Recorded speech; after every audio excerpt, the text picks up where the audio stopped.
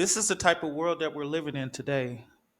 So, Senator Susan stepped down. She walked away from the Democrats. But see, why? She's been there for so many years and she stated for herself. Let you listen.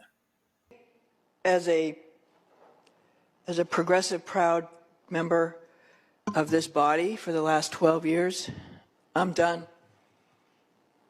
I'm done with us protecting people who would buy and abuse our children. I'm done. I don't want to send more black and brown men to prison. I don't want more people in prison, but I don't want people buying girls. I don't want people buying little girls anymore. And I'm tired of saying it's okay and that we have to protect the men who do it. But see, it says in Ecclesiastes 3:17, I say in my heart, God will judge the righteous and the wicked, for there is a time for every matter, for every work. But if you go to Psalms 106:3, it says, blessed are those who observe justice, who do righteousness at all time. But why are we seeing things like this? Shouldn't she be held accountable for the things that she have seen and has partaked in? But this is the type of world we're living in. We're living in the last days, perilous times. Things are coming out. But but the world will love its own. But let somebody that is regular go and tell the police they seen a murder. That police is going to question that person and look at them as if they're a victim.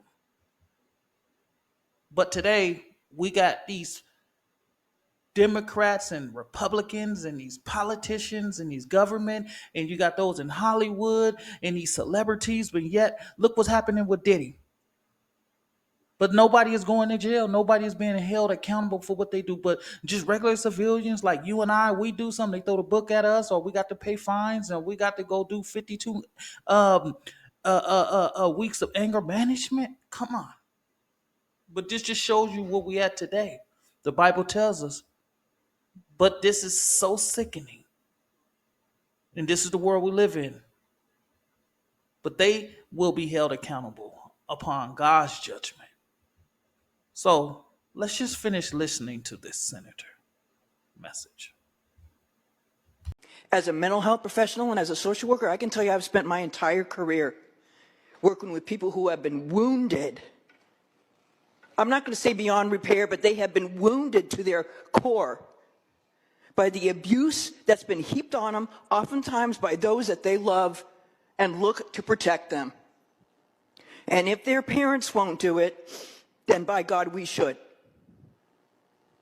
Again, I am not arguing that we open the gates to flood our prisons with people, but I am arguing that we have a moral responsibility to say enough. Enough. We have given away enough on this area, and we've got to move back into the center, or we all look like fools and laughing stocks. And what do we stand for? I ask all of you to watch the documentary that Senator Grove was in, Senator from Kern County was just in, that talked about this very place in Sacramento where girls are being bought and sold. Men are being given a slap in the hand or a couple days, and then they're back out again, and they do the same thing. They get caught over and over and over again, and somehow that's okay. It's not okay. It is not okay anymore. And no more am I watching. Like I said, I'm leaving, but the rest of you who are going to be here for a while, let's get our stuff together and really start focusing on some of the important things. We talk about learning and we talk about being safe. This is like at the core of it. And a lot of these kids can be throwaway kids. They're poor kids. They're kids of color.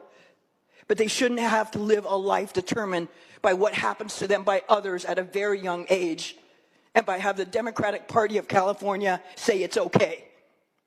It's not okay.